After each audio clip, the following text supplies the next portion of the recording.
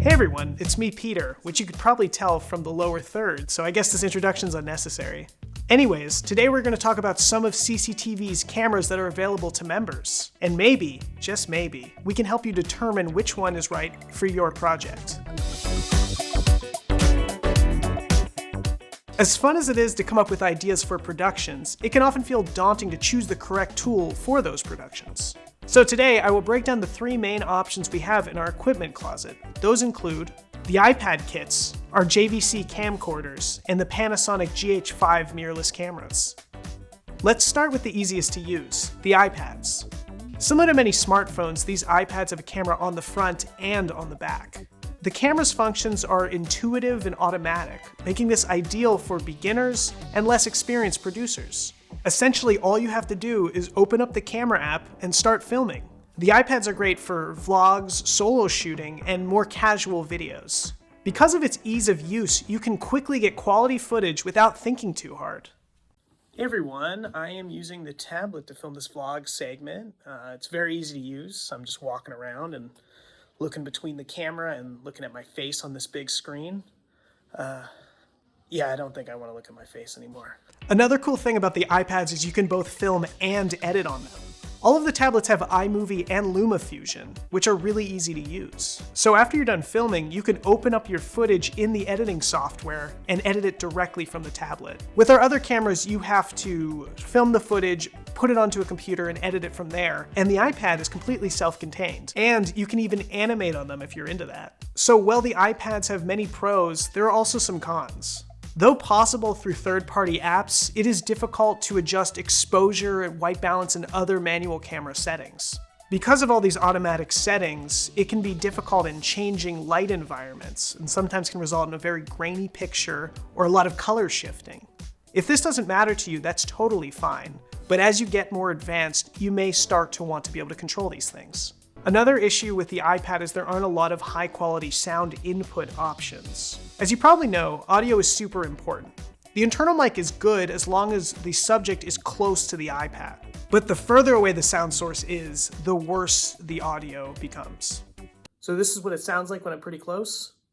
And this is what it sounds like when I'm far away. Now I'm over here for some reason.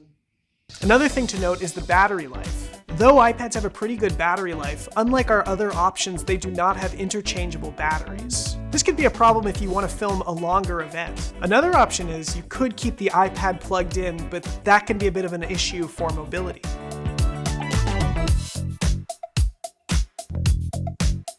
The last thing to consider is storage. Though there is a lot of storage internally in the iPad, with the other options, you're able to remove your SD card or your memory card and bring it to your computer. If you want to keep your storage, you should transfer it to your computer before you give the iPad back.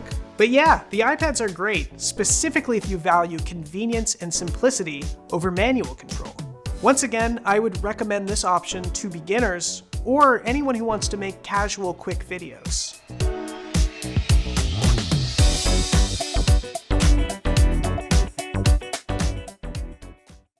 Next up, let's talk about our camcorders. Camcorders have been industry standard for years for event coverage, news gathering, and more.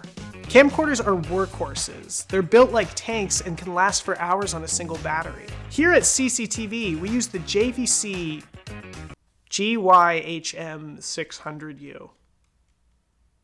Wow, what an appealing name. The camcorder is cool because it works well both in fully automatic and fully manual mode.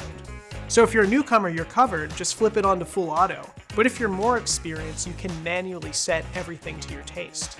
The JVC has a flip-out screen and an electronic viewfinder, or EVF.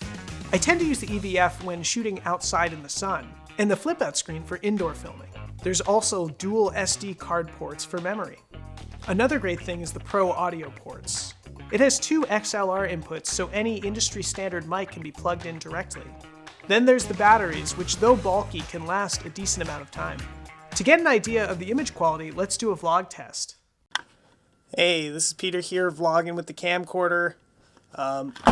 Okay, I'm using two hands. Don't vlog with the camcorder. It's too heavy. This is so heavy.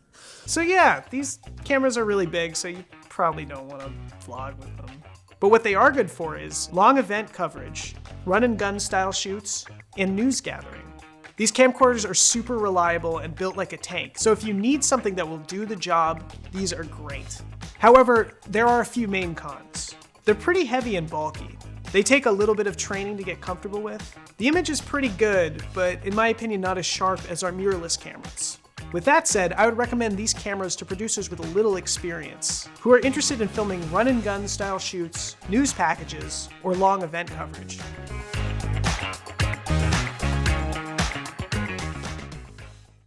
And finally, let's talk about our mirrorless cameras.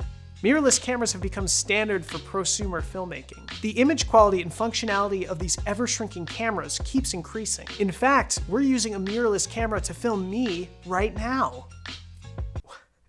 What?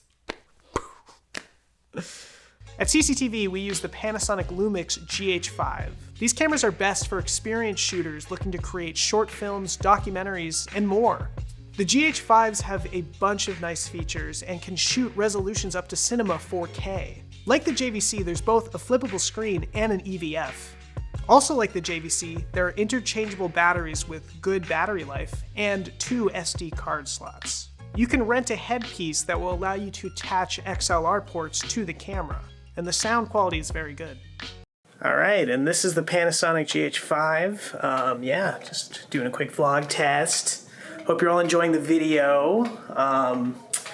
Yeah, I think that's pretty much what I want to say, but this is what it looks like.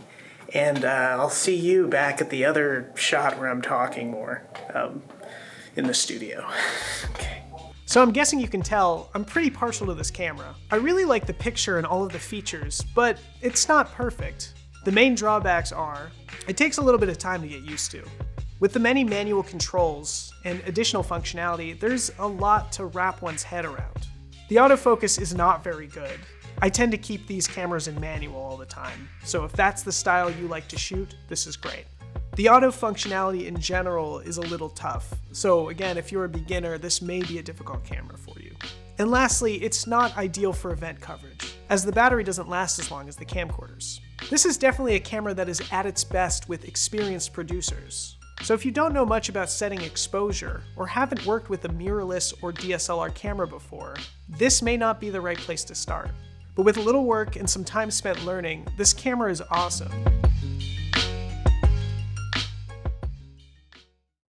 So let's take a look at comparable footage from the 3 main camera options so you can decide how they stack up.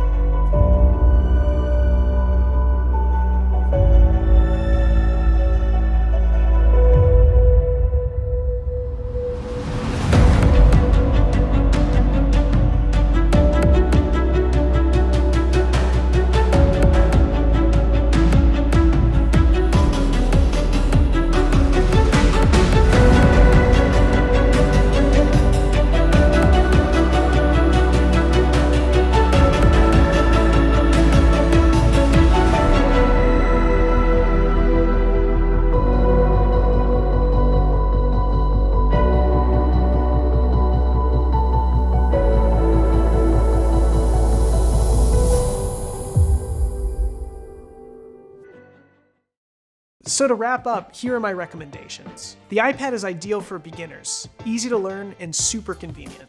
Great for short casual projects and vlogs. The camcorder is good for people with a little more experience. Takes a little longer to learn, but very reliable once you do. The camcorders are great for event coverage, news gathering, and run and gun style shoots. The mirrorless cameras are best for people with a good amount of experience. They have a great picture quality, but require a basic understanding of exposure and other technical basics. These are great for short films, reels, and documentary style shooting. Anyways, thank you so much for watching. I hope this was helpful. I'm Peter Levine, which again is unnecessary to say because it's right at the bottom of the screen. And I'll see you next time.